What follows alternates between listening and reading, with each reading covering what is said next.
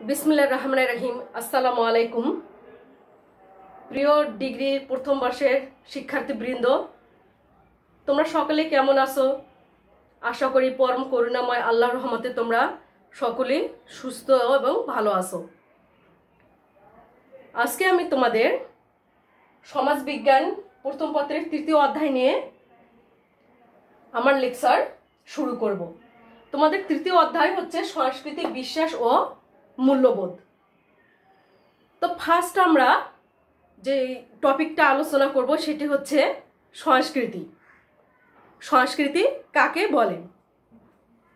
সংস্কৃতির ইংরেজি প্রতিশব্দ হচ্ছে কালচার।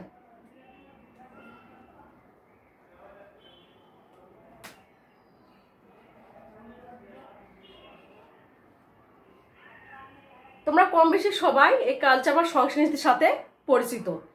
তো সামাজিক বিজ্ঞানের অত্যন্ত গুরুত্বপূর্ণ এ প্রত্যয় হচ্ছে সংস্কৃতি। সমাজ বিজ্ঞানের ন্যায় নৃবিজ্ঞানেও কিন্তু এই সংস্কৃতি শব্দটি বহুল ব্যবহৃত। তো মূলত এই সংস্কৃতির কারণেই আদিম যুগের যে গুহাবাসী মানুষ, এই গুহাবাসী মানুষকে নগরবাসী করেছে এই সংস্কৃতি।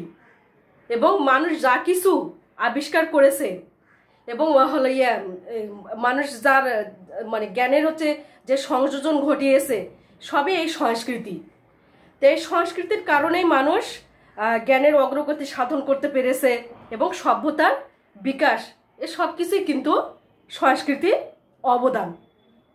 তো যে কোনো সমাজের পরিচিত একটি প্রত্যয় হচ্ছে সংস্কৃতি। তো সংস্কৃতি বলতে আমরা সাধারণত কি বুঝি?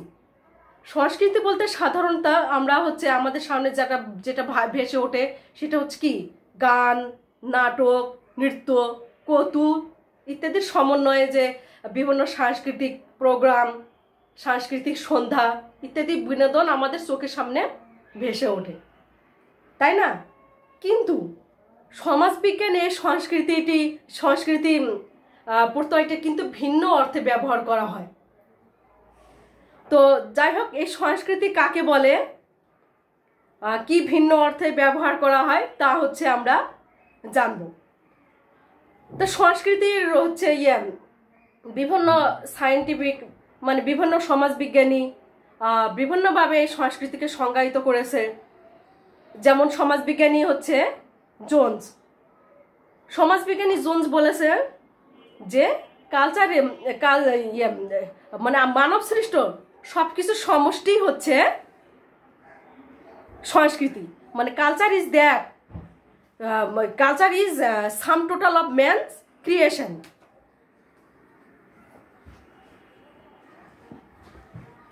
জোন্স বলেছেন যে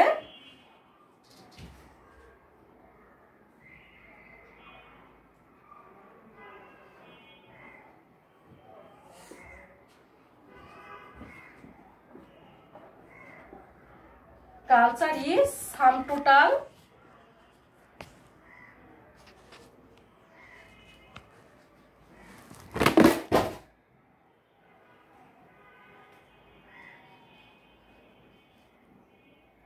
of man's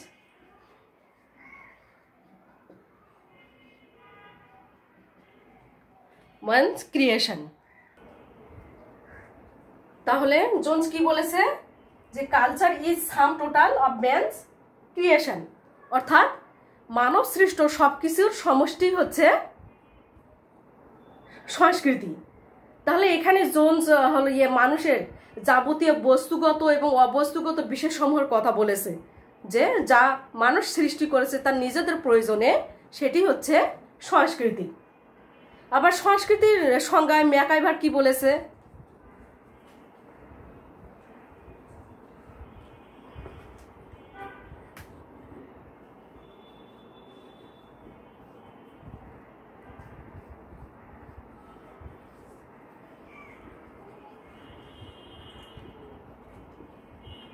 সংস্কৃতির সংজ্ঞায় আবার ম্যাকাইভার বলেন যে culture is that what we are.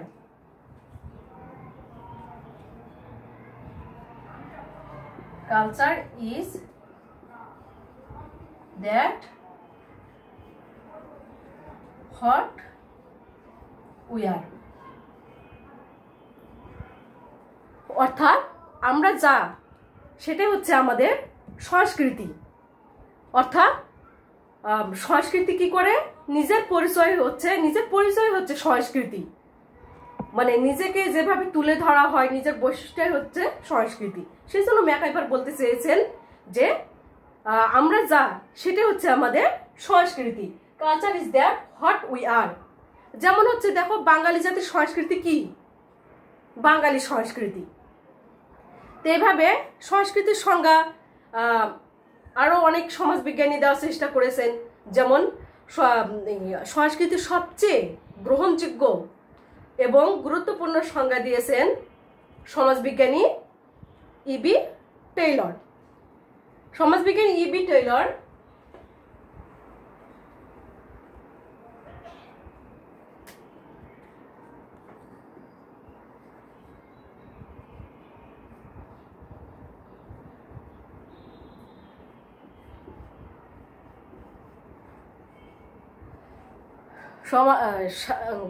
সমাজবিজ্ঞানী এবং নৃবিজ্ঞানী ইবি টেইলর যে গ্রহণযোগ্য এবং গুরুত্বপূর্ণ সংজ্ঞা দিয়েছেন সেটি হচ্ছে বলতে চেয়েছে, মানে ইবি টেইলর বলেন যে সংস্কৃতি হচ্ছে সেই সমষ্টি যা সমাজের সদস্য হিসেবে মানুষের অর্জিত জ্ঞান, বিশ্বাস, শিল্পকলা, নৈতিকতা, আইন, রীতিনীতি এবং অন্য যে কোনো দক্ষতা ও অভ্যাসে জটিল সমষ্টি।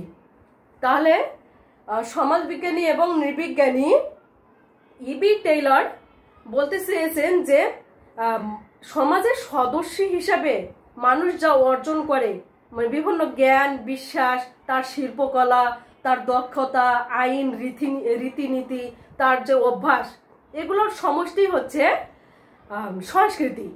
ইবি টেইলর এখানে অবস্তুগত সংস্কৃতিকে বেশি প্রাধান্য দিয়েছেন।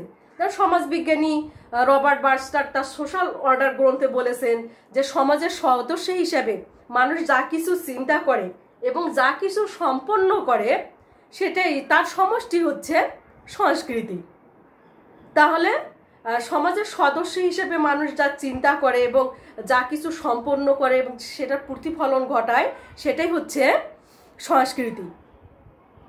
তো পরিশেষে আমরা সংস্কৃতির সংজ্ঞায় বলতে পারি যে সংস্কৃতি হচ্ছে মানুষের আচার ব্যবহার, মানুষের জ্ঞান, বিশ্বাস, শিল্পকলা, যা সমাজকে, যা একটা জাতির একটা পরিচয় বহন করে, সেটি হচ্ছে সংস্কৃতি। তো শিক্ষার্থী বৃন্দ, আমরা সংস্কৃতির সংজ্ঞা জানলাম। এখন সংস্কৃতির দুটি ধরনের কথা বলা হয়েছে, সেই দুটি ধরন নিয়ে আমরা আলোচনা করব। সংস্কৃতির দুটি ধরন হচ্ছে, এক নম্বর হচ্ছে বস্তুগত সংস্কৃতি,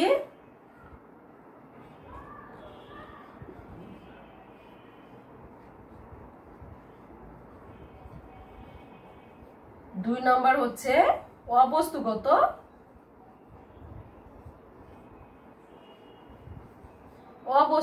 সংস্কৃতি। তো বস্তুগত সংস্কৃতি এবং অবস্তুগত সংস্কৃতি, তাহলে বস্তুগত সংস্কৃতিটি কি? বস্তুগত সংস্কৃতি বলতে সংস্কৃতির এমন উপাদানকে বোঝানো হয় যার বাহ্যিক অস্তিত্ব রয়েছে। মানুষের সৃষ্ট এসব উপাদানের ওজন, আকার এবং আয়তন রয়েছে এবং এগুলো কি পরিমাপযোগ্য। তাহলে হচ্ছে বস্তুগত উপাদান বলতে সংস্কৃতির এমন একটি উপাদানকে বোঝানো হয়েছে যার বাহ্যিক হচ্ছে আকার, আয়তন, ওজন রয়েছে এবং সেগুলো হচ্ছে মানব সৃষ্ট। যেমন তাহলে বলা হয় বস্তুগত সংস্কৃতিটি কি অবশ্যই ধরা ছোঁয়াযোগ্য এবং দৃষ্টিগোচর হয়, অর্থাৎ দৃশ্যমান। এই সংস্কৃতিটা হচ্ছে এবং উপলব্ধিযোগ্য, টাচেবল, যাকে স্পর্শ করা যায়, ধরা ছোঁয়ার হচ্ছে মধ্যে, সেটি হচ্ছে বস্তুগত সংস্কৃতি, মানে ম্যাটেরিয়াল হচ্ছে কালচার।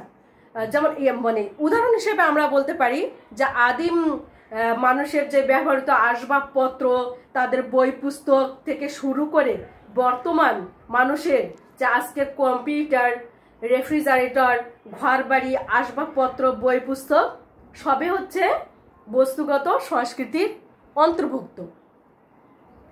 তো শিক্ষার্থীরা, তোমরা কি বুঝতে পেরেছো বস্তুগত সংস্কৃতিটা কি? বস্তুগত সংস্কৃতি হচ্ছে মানে এমন এক উপাদানকে বোঝানো হয়েছে যার বাহ্যিক আকার আয়তন রয়েছে। যেমন দেখো, ঘর বাড়ি আমরা দেখতে পাই, ধরতে পারি, আসবাবপত্র, বই পুস্তক, এগুলো আমরা আমাদের দৃষ্টিতে আমরা দেখতে পাই এবং টাচেবল, মানে ধরতে পারি, ছুঁইতে পারি।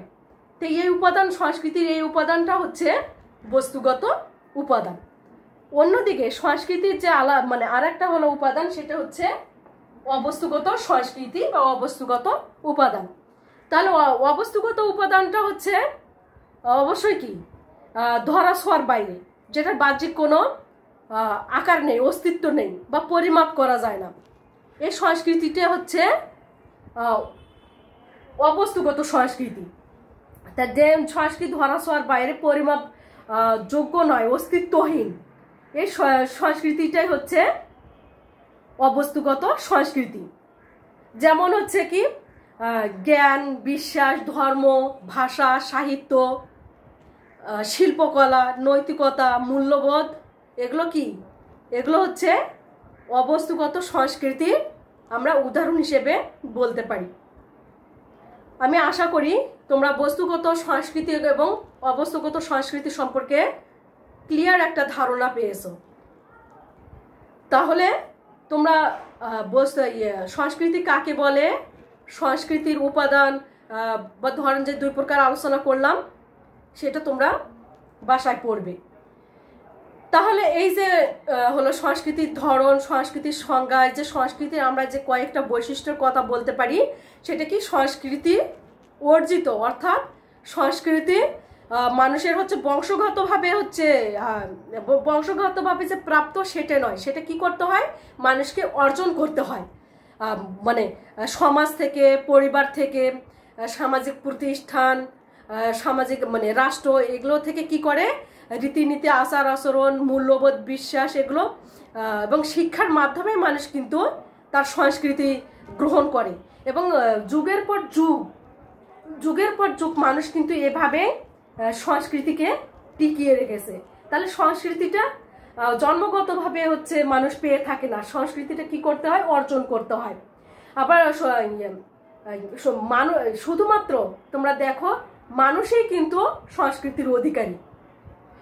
সংস্কৃতি কিন্তু মানুষের জন্য, এবং এই সংস্কৃতি কিন্তু মানুষের মানে কোনো প্রাণীর সাথে হচ্ছে সংস্কৃতি কিন্তু যায় না, যেহেতু বুদ্ধি, বিবেচনা, সৃষ্টি সবকিছু কিন্তু মানুষের সাথেই কিন্তু প্রচলিত। সেজন্য সংস্কৃতিটা একমাত্র মানুষই হচ্ছে সংস্কৃতির অধিকারী, আর সংস্কৃতি দ্বারা সমাজটা পরিচালিত হয়। আবার দেখো, সংস্কৃতি কিন্তু হচ্ছে বহনযোগ্য, অর্থাৎ এক দেশের সংস্কৃতি আরেকটা দেশে ফলো করে, বা এক দেশের সংস্কৃতি আরেকটা দেশে, আমরা যেমন আমাদের সংস্কৃতি, বাঙালি সংস্কৃতি যেমন আমরা বহন করছি, অন্যান্য দেশের সংস্কৃতিও কিন্তু আমরা আমাদের নিত্য নতুন দৈনন্দিন চলাফেরার পথে কিন্তু আমরা অন্যান্য দেশের সংস্কৃতিগুলো কিন্তু আমাদের দেশের সংস্কৃতিতে প্রবেশ করছে এবং অনায়াসে আমরা সেগুলো গ্রহণ করছি। তাহলে হচ্ছে সংস্কৃতিটা কি? বিনিময়যোগ্য। তাহলে সংস্কৃতি সম্পর্কে আমরা একটা ধারণা পেলাম।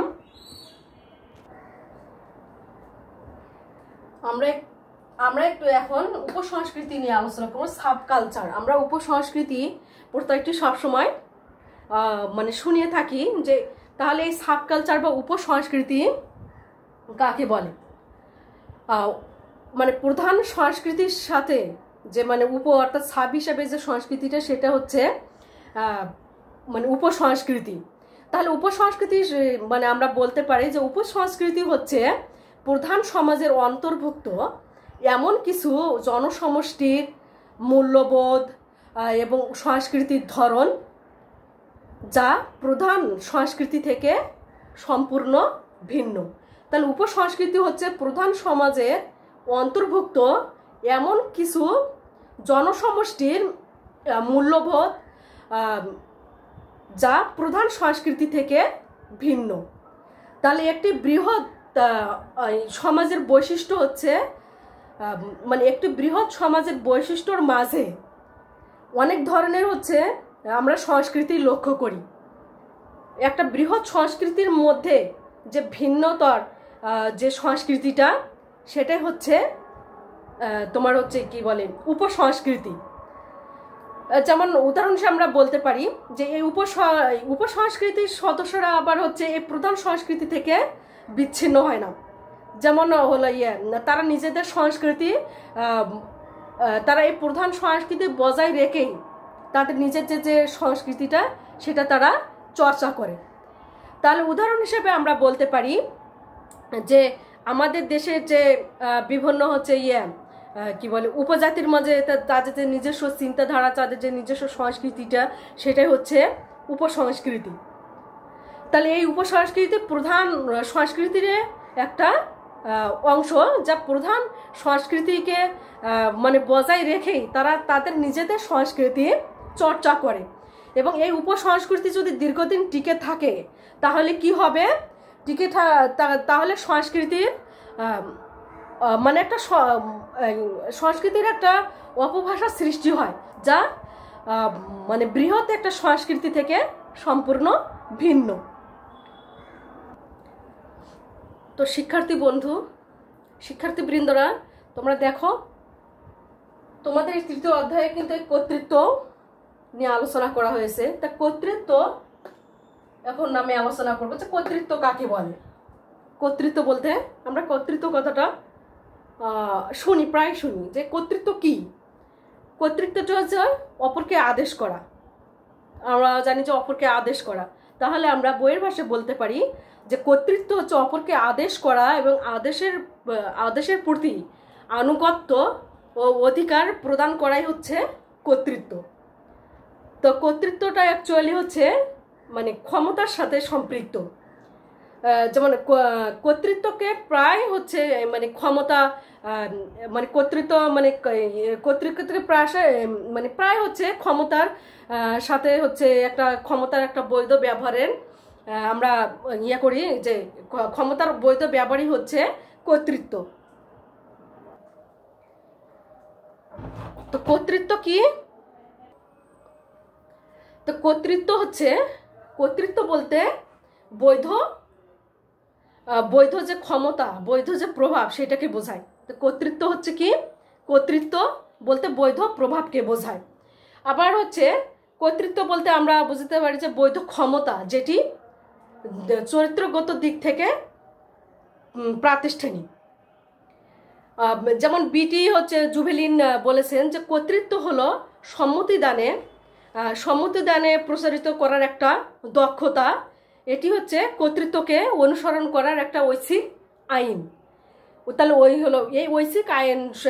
এই ঐচ্ছিক সম্মতি শেষ হলে কিন্তু কর্তৃত্ব শেষ হয়ে যায়। কর্তৃত্ব একটা বৈধ প্রভাব, যেটা আইনগত একটা সার্টিফিকেট রয়েছে, আইনগত একটা বৈধতা রয়েছে। তাহলে আইনগত কোনো বৈধতা না থাকলে কিন্তু কর্তৃত্ব ফলাতে পারবে না। যেমন ম্যাজিস্ট্রেটের যে হচ্ছে কর্তৃত্বটা সেটা কিন্তু আইনগত এবং বৈধ। তাহলে কর্তৃত্ব কি হতে হবে? বৈধ হতে হবে। কেউ জোরপূর্বক যে ক্ষমতা দেখাবে সেটা কিন্তু কর্তৃত্বের অন্তর্ভুক্ত হবে না। তাহলে ক্ষমতাটা এবং কর্তৃত্ব একটু ডিফারেন্ট। কর্তৃত্বটা হচ্ছে একটা অধিকার, একটা আদেশ, যেটা হচ্ছে বৈধভাবে মানুষ পালন করতে বাধ্য।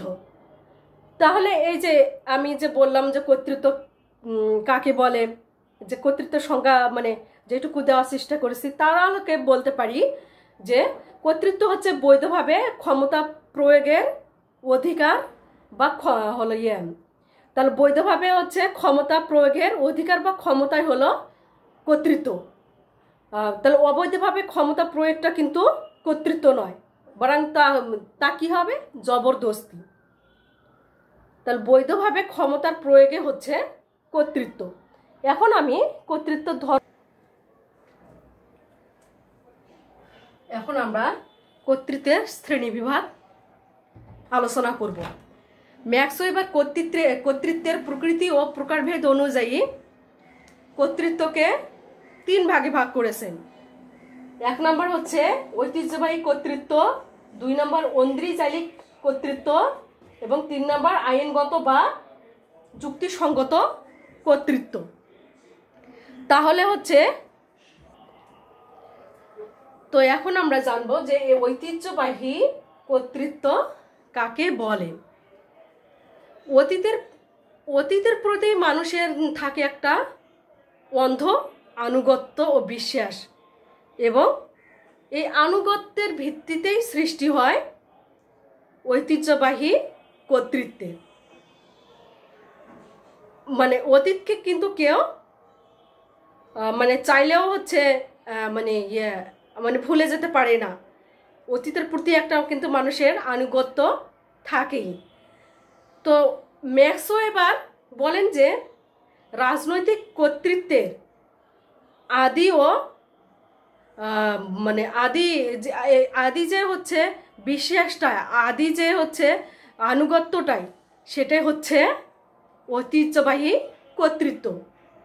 তো এক্ষেত্রে মানুষ ঐতিহ্যের অনুমোদনের ভিত্তিতে তার ক্ষমতার বৈধতাকে স্বীকার করে নেয়। এখানে মানুষের যে হচ্ছে বর্তমান বিচার বুদ্ধির ততটা প্রয়োগ হয় না এই ঐতিহ্যবাহী কর্তৃত্বে। তো উদাহরণ দিলে তোমরা সহজেই বুঝতে পারবে। যে উদাহরণস্বরূপ যদি আমরা বলি, যেমন ব্রিটেনের রাজনীতিতে রাজতন্ত্রের যে একটা কর্তৃত্ব, সেটা কিন্তু কেউ সে দেশের জনগণ, ব্রিটেনের জনগণ কিন্তু অস্বীকার কখনোই করে না, বা আনুগত্য প্রদর্শন না করে তারা পারেই না। সেখানে কি রাজা রানীর কর্তৃত্ব রয়েছে। ব্রিটেনের যে রানী এলিজাবেথ, ব্রিটেনের রানী এলিজাবেথের যে কর্তৃত্ব, তোমরা অবশ্যই মনে হয় জানো যে ব্রিটেনে তথা ইংল্যান্ডে কিন্তু সরকার যে পদ্ধতি সেটা কিন্তু রাজতন্ত্র না, কিন্তু তা সত্ত্বেও যে রাজা রানীদের যে প্রভাবটা, তাদের যে আনুগত্যটা, তাদেরকে কিন্তু সবসময় মূল্যায়ন করা হয়। তো ব্রিটেনের রানী দ্বিতীয় এলিজাবেথের যে কর্তৃত্ব, সেটাই কিন্তু ঐতিহ্যবাহী কর্তৃত্ব। সেখানে কিন্তু রাজা রানীকে বাদ দিয়ে কিন্তু কোনো আইন, কোনো কিছু কিন্তু সেখানে অনুমোদন করা হয় না। যে এই যে হলো তাদের যে কর্তৃত্বটা, সেটাই হচ্ছে ঐতিহ্যবাহী কর্তৃত্ব। এই কর্তৃত্ব বলে রানী যে শুধু ব্রিটেনেই নয়, অস্ট্রেলিয়াতেও কিন্তু রানীর যে মর্যাদা, অস্ট্রেলিয়াতেও কিন্তু রানীর মর্যাদাটা প্রতিষ্ঠিত। তাহলে রাজা রানীদের হলো উদাহরণ দিয়ে আমি দেখালাম, বুঝালাম যে রাজা রানীদের, ব্রিটেনের রাজা রানীদের যে হচ্ছে রাজতান্ত্রিক যে ক্ষমতাটা, রাজতান্ত্রিক যে আনুগত্য প্রকাশের যে হলো চর্চাটা, সেটাই হচ্ছে, সেই কর্তৃত্বটাই হচ্ছে ঐতিহ্যবাহী কর্তৃত্ব। শিক্ষার্থীরা, তারপর সেকেন্ড যেটা হচ্ছে ঐতিহ্যবাহী কর্তৃত্ব। ঐতিহ্যবাহী কর্তৃত্বটা কি তোমাদের আমি বলছি। যে দেখো, কারো অসাধারণ ব্যক্তিত্ব, কারো তার আকর্ষণ ক্ষমতা, তার যে ভালোবাসা, সেগুলো একটা গ্রহণযোগ্যতা রয়েছে। এবং এই গ্রহণযোগ্যতা কি হয়, এই গ্রহণযোগ্যতার ফলে সেই ব্যক্তি মানুষের হৃদয়ে একটা জায়গা করে নেয়। ফলে মানুষ তার প্রতি কি করে, একটা টান অনুভব করে, একটা হৃদয়ে ওই ব্যক্তি একটা স্থান দখল করে নেয়। তো বিভিন্ন কারণেই এটা হতে পারে। ব্যক্তিগত গুণাবলী, আমরা দৃষ্টান্ত হিসেবে দেখতে পাচ্ছি যে দেশপ্রেম, আবার হচ্ছে সাহসিকতার জন্য, আবার তার যে মনোভাব, দেশের কল্যাণের জন্য তার যে একটা অটুট একটা তার যে ত্যাগ এবং এই সকল গুণাবলী, তার যে স্বাধীনতার ডাক, তার ব্যাপক উন্নয়ন, মানে তার গুরু গম্ভীর হলো এবং হৃদয় জয় করা একটা তার যে হলো টেন্ডেন্সি, মানে সবার মাঝে কিন্তু এ গুণ থাকে না, কিন্তু আমরা দেখি যে কারো কারো মাঝে থাকে। যে এই যে গুণাবলী, তো দেখা যাচ্ছে এই গুণাবলীর ফলেই কেউ একটা কি করে, মানে দেশের মানুষের তথা জনগণের মন কিন্তু সহজেই জয় করে নেয়। সেক্ষেত্রে দেখা যাচ্ছে যে ব্যক্তির যে এই যে গুণাবলী এবং সবাইকে মুগ্ধ করার যে তার ক্যারেক্টারের যে একটা তার স্বাভাবিক প্রবৃত্তি, তার সবাইকে মানে আদেশ মান্য করার যে তার একটা ক্যাপাবিলিটি, এটাই হচ্ছে অ্যাকচুয়ালি ঐন্দ্রজালিক কর্তৃত্ব। সেখানে ওই ব্যক্তির কি, তার কথা সবাই মুগ্ধ হয়ে শোনে, তার আদেশ সবাই মান্য করে। তো ব্যক্তির যে এই যে মানুষকে মুগ্ধ করার যে তার ক্যাপাবিলিটি, তার যে একটা গুণ, তার যে মানে তার হলো কথার জাদুতে, তার হলো মন্ত্রমুগ্ধর মতো তার বক্তৃতার কারণে যে মানুষ যার আদেশ মান্য করতে মানে বাধ্য হয়, সেটাই হচ্ছে ওই ব্যক্তির ঐন্দ্রজালিক কর্তৃত্ব।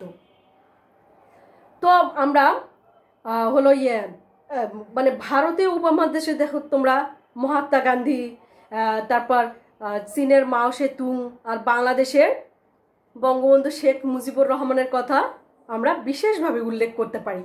কারণ তোমরা দেখো বঙ্গবন্ধু শেখ মুজিবুর রহমানের মানে কথার জাদুতে 7 মার্চের ভাষণের প্রেক্ষিতে কিন্তু এদেশে যে মহান মুক্তিযুদ্ধ শুরু হয়েছিল, সেখানে কিন্তু বাংলাদেশ মানে আপামর জনসাধারণ, ছাত্র, শিক্ষক, কৃষক থেকে শুরু করে সবাই কিন্তু যুদ্ধে ঝাঁপিয়ে পড়েছিল এবং এই দেশকে স্বাধীন করে এনেছিল। তো এই ধরনের যে মানে কর্তৃত্বটা, সেটি হচ্ছে ঐন্দ্রজালিক কর্তৃত্ব। তো শিক্ষার্থীবৃন্দ, শেষ যে হচ্ছে আইনগত বা যুক্তিসঙ্গত কর্তৃত্ব। এখন আমরা জানব যে আইনগত বা যুক্তিসঙ্গত কর্তৃত্ব কাকে বলে। যে আইনের কাঠামোর ভিত্তি যে কর্তৃত্ব, সেটাই হচ্ছে আইনগত বা গ্রাহ্য যুক্তিসঙ্গত কর্তৃত্ব। আইনানুগ কর্তৃত্বের ক্ষেত্রে আইনেই ব্যক্তির হচ্ছে কর্তৃত্বকে নিয়ন্ত্রণ করে। আইনের মাধ্যমে সবকিছু নিয়ন্ত্রণ করা হয়। তাহলে দেখা যাচ্ছে যে আইনগত কর্তৃত্বই এই ধরনের কর্তৃত্বকে নিয়ন্ত্রণ করে। অ্যাকচুয়ালি হলো প্রশাসনিক যে কর্তৃত্বটাই, সেটা হচ্ছে আইনগত বা যুক্তিসঙ্গত কর্তৃত্ব।